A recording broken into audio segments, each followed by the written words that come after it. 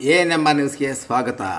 ಕೋತಿಗಳು ಕೆಮ್ಮಿನಿಂದ ನಿತ್ರಾಣ, ಜಂಗಮಶಿಗೇಳಿ ಗ್ರಾಮಸ್ಥರಲ್ಲಿ ಹೆಚ್ಚಿದ ಭೀತಿ.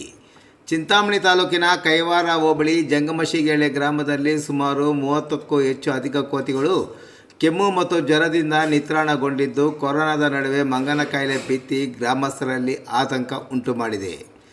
ಗ್ರಾಮದಲ್ಲಿ 100ಕ್ಕೂ ಹೆಚ್ಚು ಕೋತಿಗಳು ಬೀಡು ಬಿಟ್ಟಿದ್ದು, ವಾರದಿಂದ ಆಹಾರ ನೀರು ಸೇವಿಸದೆ ಮನೆಗಳ ಮೇಲೆ, ಮರದ ಕೊಂಬೆಗಳ ಮೇಲೆ ಅಸ್ವಸ್ಥಗೊಂಡ ರೀತಿ ಮಲಗಿವೆ. ಮಹಾಮಾರಿ ಕೊರೋನಾ ಕಾರಣದ ನಡುವೆ ಗ್ರಾಮಸ್ಥರಲ್ಲಿ ಮಂಗನ ಕಾಯಿಲೆ ಭೀತಿ ಸಹ ಎದುರಾಗಿದೆ. ಇನ್ನು ಕೋತಿಗಳನ್ನು ಹಿಡಿದು ಪರೀಕ್ಷೆಗೆ ಒಳಪಡಿಸಬೇಕೆಂದು ಗ್ರಾಮಸ್ಥರು ಒತ್ತಾಯಿಸಿದ್ದಾರೆ. ಅರಣ್ಯ ಮತ್ತು ಪಶು ಇಲಾಖೆ ಸಿಬ್ಬಂದಿಗೆ ಮಾಹಿತಿ ನೀಡಿದ್ದು, ಔಷಧಿ ನೀಡಿದರೆ ಸಾಮಾನ್ಯ ಸ್ಥಿತಿಗೆ ಮರಳುತ್ತದೆ ಎಂದು ಅವರು ಗ್ರಾಮಸ್ಥರಲ್ಲಿ ಧೈರ್ಯ ತುಂಬುವಲ್ಲಿ ಯಶಸ್ವಿಯಾಗಿದ್ದಾರೆ.